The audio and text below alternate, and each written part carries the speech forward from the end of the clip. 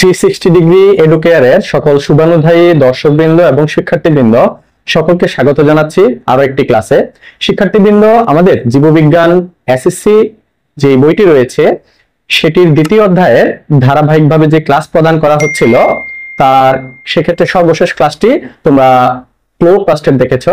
তো আজকে আমরা যাব ঝিল্লি যুক্ত অন্যান্য যে অঙ্গাণুগুলো রয়েছে তার সম্পর্কে আলোচনায়। তো বেশি দেরি না করে আজকের পাঠটি একটু বড় পাঠ, আমরা দ্রুতই শুরু করি।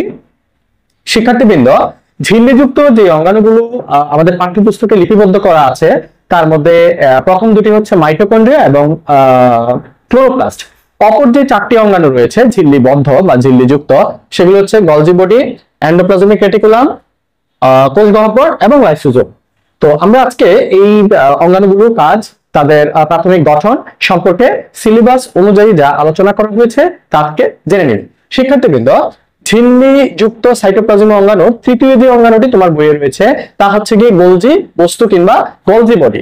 এগুলা এক রকমের ছোট ছোট অংশ, অনেকটা ফ্ল্যাটেন বা পাতলা ফিতার মতো অংশের সমন্বয়ে গঠিত, অথবা ছোট ছোট ভেসিকল বা ভ্যাকিউল বা থলে সমৃদ্ধ অংশের সমন্বয়ে গঠিত হয়ে থাকে। শিক্ষার্থীবৃন্দ, এই গোলজি বস্তু প্রধানত প্রাণী কোষে পাওয়া যাবে। সিস্টার্নি এবং কয়েক ধরনের ভেসিকলের সমন্বয়ে গঠিত। সিস্টার্নি গুলা যেমনটা বললাম অনেকটা ফ্ল্যাটেন বা ফিতার মতো, অনেকটা এই ধরনের চ্যাপ্টা আকৃতির গঠন সমৃদ্ধ হয়ে থাকে। ক্ষেত্র বিশেষে এদেরকে উদ্ভিদ কোষেও পাওয়া যায়। শিক্ষার্থীবৃন্দ, যে সমস্ত উদ্ভিদ সাধারণত নিঃসরণ কর্মকাণ্ডের সঙ্গে জড়িত, অথবা উদ্ভিদের যেই কোষগুলোতে নিঃসরণ কর্মকাণ্ড সম্পাদিত হয় সেই ক্ষেত্রে হয়তোবা আমরা গোলজি বডি পেতে পারি। ক্ষেত্র বিশেষে এই কারণে এটি বলা হয়েছে। গোলজি বডি কোন ধরনের কাজ সম্পাদন করে? এরা পর্দায় থাকা বিভিন্ন উৎসেচক পানি বিয়োজন ঘটায়। এর মধ্যে এর যে পর্দা রয়েছে, এর পর্দায় যেই উৎসেচক গুলো থাকে সাধারণত পানিকে বিশ্লিষ্ট করে বা বিয়োজিত করে। এরা নিঃসরণ কর্মকাণ্ডের সাথে নিবিড়ভাবে সম্পর্কযুক্ত। মনে রাখবে শিক্ষার্থীবৃন্দ, যখন নিঃসরণের কর্মকাণ্ডের কথা আসবে, প্রাণী কোষে বিভিন্ন রকমের পদার্থ নিঃসরিত হয়। সেই নিঃসরণ কর্মকাণ্ডের ক্ষেত্রে গোলজি বডির ভূমিকা অনস্বীকার্য এবং অনেক গুরুত্বপূর্ণ।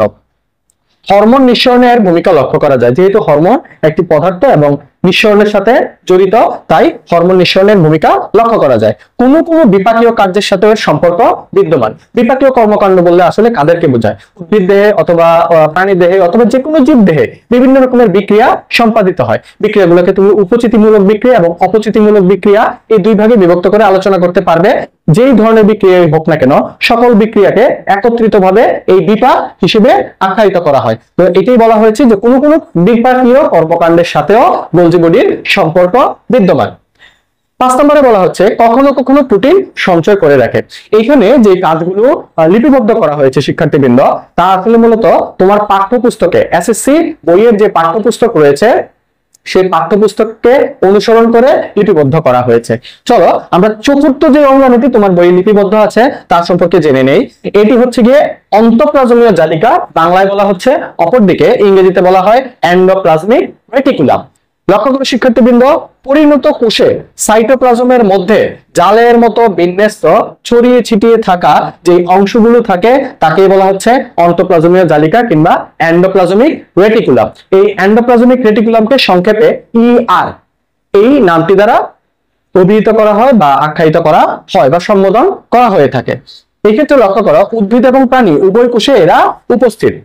এন্ডোপ্লাজমিক রেটিকুলাম অত্যন্ত গুরুত্বপূর্ণ একটি অঙ্গাণু, সেটা উদ্ভিদ হোক বা প্রাণী হোক উভয় কোষের ক্ষেত্রেই এটি বেশ প্রয়োজনীয় কর্মকাণ্ড সম্পাদন করে বিধায় দুই ধরনের কোষের ক্ষেত্রেই এর অস্তিত্ব বিদ্যমান। এরা দুই ধরনের হয়, এরা মসৃণ হতে পারে, এরা অমসৃণ হতে পারে।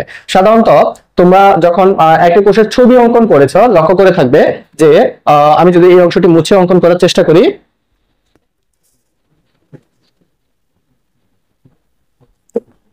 তুমি যখন একটি ছবি অঙ্কন করেছো একটি কোষে, লক্ষ্য করো কোষের মধ্যে যেই নিউক্লিয়াস অঙ্কন করেছিলে, নিউক্লিয়াস থেকে এরকম একে বেঁকে যেই পথটি চলে এসেছিল, এই পথটি আসলে এন্ডোপ্লাজমিক রেটিকুলাম। এটাই বলা হয়েছে জালের মতো বিন্যস্ত।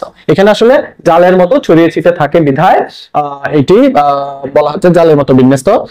সাধারণত একেবারে নিউক্লিয়াস থেকে শুরু করে একেবারে প্লাজমা মেমব্রেন বা কোষ পর্দা পর্যন্ত এটি বিস্তৃত অবস্থায় অবস্থান করে। তো এন্ডোপ্লাজমিক রেটিকুলামের কাজগুলো জেনে নিব। যদি একটা এন্ডোপ্লাজমিক রেটিকুলাম, যেটাকে সংক্ষেপে ইআর ডাকা হয়, অমসৃণ হয়ে থাকে, তাহলে সে প্রোটিন সংশ্লেষণ করে। লক্ষ্য করো, এন্ডোপ্লাজমিক রেটিকুলাম হতে পারে দুই ধরনের। একটি হচ্ছে গিয়ে মসৃণ হয়, আর যেটি এরকম মসৃণ ধরনের এন্ডোপ্লাজমিক রেটিকুলাম থাকতে পারে। আর যদি অমসৃণ হয়, তার গায়ে রাইবোজোম লেগে থাকবে, রাইবোজোম লেগে থাকবে। এই রাইবোজোম লেগে থাকা অবস্থায় এটাকে বলা হয় অমসৃণ এন্ডোপ্লাজমিক রেটিকুলাম। এই এন্ডোপ্লাজমিক রেটিকুলাম যদি অমসৃণ হয়, তাহলে তা প্রোটিন সংশ্লেষণের সাথে সম্পর্কিত থাকে বা যুক্ত থাকে, কারণ রাইবোজোমের কাজ হচ্ছে প্রোটিন সংশ্লেষণ করা। এবার দেখো, দ্বিতীয় যে কাজটি সম্পর্কে তোমার পাঠ্যপুস্তকে উল্লেখিত আছে, তা হচ্ছে কোষে উৎপাদিত পদার্থের প্রবাহপথ হিসেবে কাজ করে। শিক্ষার্থীবৃন্দ যদি লক্ষ্য করো, দেখো এটি কিন্তু একেবারে প্লাজমা মেমব্রেন পর্যন্ত বিস্তৃত অবস্থায় আছে। যেহেতু প্লাজমা মেমব্রেন পর্যন্ত বিস্তৃত অবস্থায় আছে, নিশ্চয়ই কোষ থেকে বিভিন্ন পদার্থ আনা নেয়া বা কোষের বাইরে কোনো পদার্থ পরিবহন করার জন্য সে একটা প্রবাহপথ হিসেবে কাজ করতেই পারে, কারণ এটি প্লাজমা মেমব্রেন পর্যন্ত বিস্তৃত থাকে। এইবার দেখো, তৃতীয় যে কাজটি সম্পর্কে পাঠ্যপুস্তকে আছে, তা বলা হচ্ছে ধারণা করা হয় এক কোষ থেকে অন্য কোষে উৎসেচক এবং অন্যান্য দ্রব্যাদি চলাচল করে এই অঙ্গাণুটির মাধ্যমে। আমার বিশ্বাস শিক্ষার্থীবৃন্দ, তোমরা একটা ধারণা লাভ করতে পেরেছো যে যেহেতু এই অঙ্গাণুটি প্লাজমা মেমব্রেন পর্যন্ত বিস্তৃত এবং অঙ্গাণুটির গঠন অনেকটা এই ধরনের হয়, অনেকটা এই ধরনের হয়ে থাকে, খুব সম্ভবত কোনো পদার্থ এর ভিতর দিয়ে চলাচল করে এটি প্রবাহপথ হিসেবে কাজ করে, এবং এইখান দিয়ে এক কোষ থেকে অন্য কোষে সাধারণত কোনো পদার্থ চলাচল সে নিয়ন্ত্রণ করে থাকে। এই হচ্ছে গিয়ে আমাদের এন্ডোপ্লাজমিক রেটিকুলাম। এবার দেখো, আরো চিন্তা করা হয় বা ধারণা করা হয়, বলা হয়ে থাকে যে খুব সম্ভবত মাইটোকন্ড্রিয়া কোষ গহ্বর যে সৃষ্টি হয়, এই সৃষ্টির ক্ষেত্রে তার একটি উল্লেখযোগ্য ভূমিকা বিদ্যমান। মাইটোকন্ড্রিয়া এবং কোষ গহ্বর সৃষ্টিতে এন্ডোপ্লাজমিক রেটিকুলামের গুরুত্ব বিদ্যমান। এবার দেখো, কোষের আরেকটি গুরুত্বপূর্ণ অঙ্গাণু হচ্ছে উদ্ভিদ কোষের ক্ষেত্রে বেশ গুরুত্ব বহন করে, সেটা হচ্ছে কোষ গহ্বর বা ভ্যাকিউল। ভ্যাকিউল হচ্ছে গিয়ে একটি কোষের মধ্যে যত রকমের ফাঁকা স্থান দেখা যায়, একটি কোষকে যদি মাইক্রোস্কোপের নিচে রাখা যায় বা রাখা হয়, তাহলে কোষের ভিতর আপাত ফাঁকা যে স্থানগুলো দেখা যাবে, সেগুলি হচ্ছে গিয়ে কোষ গহ্বর কিংবা ভ্যাকিউল। উদ্ভিদ কোষের কোষ গহ্বর অনেক বড় হয়। তোমার মনে আছে নিশ্চয়ই, তোমরা যখন কোষের ছবি অঙ্কন করেছিলে শিক্ষার্থীবৃন্দ, একটি কোষের উদ্ভিদ কোষের ছবি অঙ্কন করতে গিয়ে লক্ষ্য করেছিলে যে কোষটি যদি উদ্ভিদ কোষ হয়, উদ্ভিদ কোষের অধিকাংশ স্থান একটি কোষ গহ্বর দখল করে নেয়, তাই না? তো এই কারণে উদ্ভিদ কোষের কোষ গহ্বর বড় বিধায়ী একটি উদ্ভিদ কোষের অধিকাংশ স্থান সে দখল করে নেয়। তো উদ্ভিদ কোষের কোষ গহ্বর যে বড়, এটা হচ্ছে কি উদ্ভিদ কোষের একটি গুরুত্বপূর্ণ বৈশিষ্ট্য, এবং একই সাথে প্রাণী কোষের সাথে এটি পার্থক্য বটে। তবে প্রাণী কোষে সাধারণত কোষ গহ্বর পাওয়া যায় না, যদি পাওয়া যায় তাহলে আকারে অনেক ছোট হবে। আমরা যদি একটি প্রাণী কোষের ছবি অঙ্কন করে দেখানোর চেষ্টা করি, প্রাণী কোষের ক্ষেত্রে কোষ গহ্বর হবে এরকম ছোট ছোট কোষ গহ্বর, সাধারণত থাকেই না। যদি থেকেও থাকে তাহলে কোষ গহ্বরটা অনেক ছোট হবে। তো তুমি যদি তুলনা করতে চাও শিক্ষার্থীবৃন্দ, লক্ষ্য করো, এটিও একটি কোষ গহ্বর, আবার এইটিও একটি কোষ গহ্বর। তাহলে দুই কোষ গহ্বরের তুলনায় দেখা যাচ্ছে যে এটি বিশাল বিকট আকৃতির একটি কোষ গহ্বর হচ্ছে উদ্ভিদ কোষে অবস্থান করে। এর কাজ হচ্ছে প্রধানত কোষরস ধারণ করা। এখন কোষরস কি?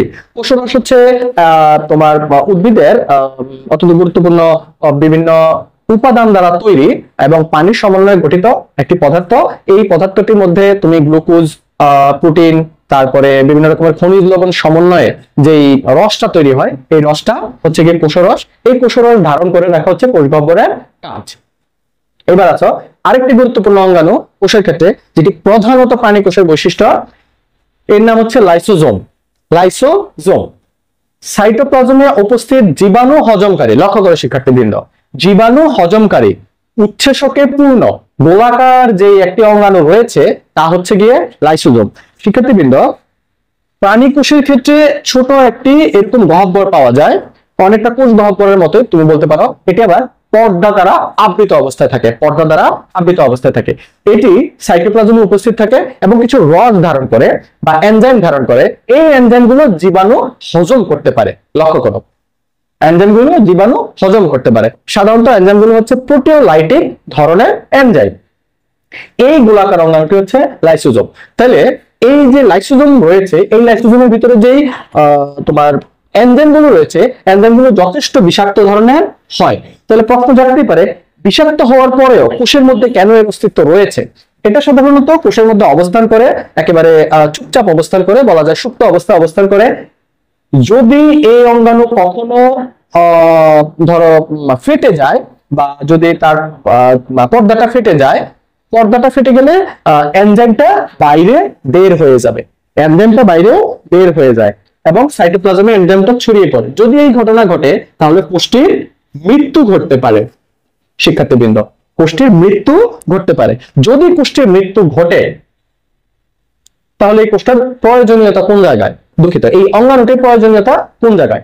তো যেহেতু এটা কোষকে মেরে ফেলতে পারে, কোষের ভিতরে অবস্থান করে কোষকে মেরে ফেলতেছে, তাহলে স্বাভাবিকভাবে বলা যায় এটি হচ্ছে কি একটি আত্মঘাতী অঙ্গাণু। কোষের জন্য এটি একটি আত্মঘাতী অঙ্গাণু। নিশ্চয়ই শিক্ষার্থীবৃন্দ, আমি আমার বাড়িতে একজন এমন মানুষকে স্থান দেব না যে কিনা যে কোনো সময় আমার বাড়িকে ধ্বংস করে ফেলতে পারে। বিষয়টা অনেকটা এরকম। এই ধ্বংসকারী উপাদান হচ্ছে গিয়ে বা অঙ্গাণু হচ্ছে গিয়ে লাইসোজোম। এটি এতটাই মারাত্মক যে এর পর্দা যদি ফেটে যায়, যে তার যে প্রোটিওলাইটিক এনজাইম রয়েছে, বিষাক্ত এনজাইম রয়েছে, যা সাইটোপ্লাজমে ছড়িয়ে পড়ে, তাহলে কোষটি মারা যাবে বা ধ্বংস হয়ে যাবে, নষ্ট হয়ে যাবে।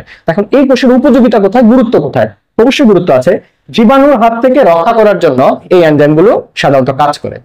যখন আমার দেহে কোন কোষকে কোন জীবাণু আক্রমণ করে, অ্যাটাক করে, সেই ক্ষেত্রে এই কোষটি এক রকমের ফ্যাগোসাইটোসিস পদ্ধতি অবলম্বন করে তার এনজাইমগুলো দিয়ে ওই জীবাণুটিকে মেরে ফেলে। সেক্ষেত্রে আমার সাইটোপ্লাজমের কোনো ক্ষতি হয় না, মানে কোষের সাইটোপ্লাজমের কোনো অসুবিধা হয় না। তো এই জন্য আসলে জীবাণুর হাত থেকে রক্ষা করার জন্য এই অঙ্গাণুটি ভূমিকা রাখে। এতে উপস্থিত উৎসেচক জীবাণুকে আসলে হজম করে ফেলে। জীবাণুকে শুধু মারেই না, জীবাণুকে এমন ভাবে বিশ্লিষ্ট করে ফেলে যেন জীবাণু থেকে প্রাপ্ত গুরুত্বপূর্ণ উপাদানগুলো সরাসরি প্রোটোপ্লাজমের অংশে রূপান্তরিত হয়। এটাকে আসলে জীবাণুকে হজম করা কথাটা দ্বারা বোঝানো হয়েছে। এবার দেখো কখন এই ঘটনাটা ঘটবে। দেখো, অক্সিজেনের অভাব হলে এনজাইম বের হয়ে কোষকে এটি আসলে মেরে ফেলবে। আমরা একটু আগে বলছিলাম এটি একটি আত্মঘাতী অঙ্গাণু এবং কোষকে সে সাধারণত মেরে ফেলতে পারে। তাহলে কখন মেরে ফেলবে? দেখো, একটি কোষের জন্য অত্যন্ত গুরুত্বপূর্ণ উপাদান হচ্ছে গিয়ে তার অক্সিজেন প্রাপ্তির নিশ্চয়তা। তো কোষটি যদি কোনোভাবে অক্সিজেন না পায় তাহলে এটি শ্বসন কর্মকাণ্ড সম্পাদন করবে না, শক্তি উৎপাদন করবে না। কোষের কাজ হচ্ছে সে অক্সিজেন গ্রহণ করবে এবং শর্করা জাতীয় খাদ্যকে বিশ্লিষ্ট করে, জারিত করে সে শক্তি উৎপাদন করবে। যদি কোষটি তোমার অক্সিজেন না পায় তাহলে কোষের উপযোগিতা বিনষ্ট হয়, সে শক্তি উৎপাদন করতে পারে না, কোষ আসলে সঠিকভাবে কর্মকাণ্ড সম্পাদন করতে পারে না। এই ক্ষেত্রে আসলে লাইসোজোমের পর্দা ফেটে গিয়ে মূলত সাইটোপ্লাজমে তার প্রোটিওলাইটিক এনজাইম ছড়িয়ে পড়ে এবং কোষটিকে মেরে ফেলে। এই হচ্ছে কি লাইসোজোমের গুরুত্ব। কারণ বোঝা যাচ্ছে যে লাইসোজোম আসলে তোমার শুধুই যে কোষকে মেরে ফেলার জন্য বসে আছে এমন না, তার মূল কাজ হচ্ছে জীবাণুকে ধ্বংস করা, এবং কোষ যখন অকার্যকর হয়ে যাবে তখন কোষটিকে নষ্ট করে দেয়া এবং মানে অক্সিজেনের প্রাপ্তির নিশ্চয়তা না ঘটলে। তো শিক্ষার্থীবৃন্দ, আশা করি তোমরা আজকের ক্লাস থেকে এসএসসি পরীক্ষার যে বায়োলজি বইয়ের দ্বিতীয় অধ্যায় রয়েছে সেখানে ঝিল্লি যুক্ত যে সাইটোপ্লাজমের অঙ্গাণুগুলো রয়েছে, গোলজি বস্তু, অন্তঃপ্লাজমীয় জালিকা, কোষগহ্বর এবং লাইসোজোম, সেগুলো সম্পর্কে একটি ভালো ধারণা লাভ করতে পেরেছ। তো আশা থাকবে তোমরা আমাদের সাথেই থাকবে এবং সবাই সুস্থ থেকো, ভালো থেকো, এই প্রত্যাশা জানিয়ে আজকের ক্লাস এখানে সমাপ্ত করছি। ধন্যবাদ সকলকে।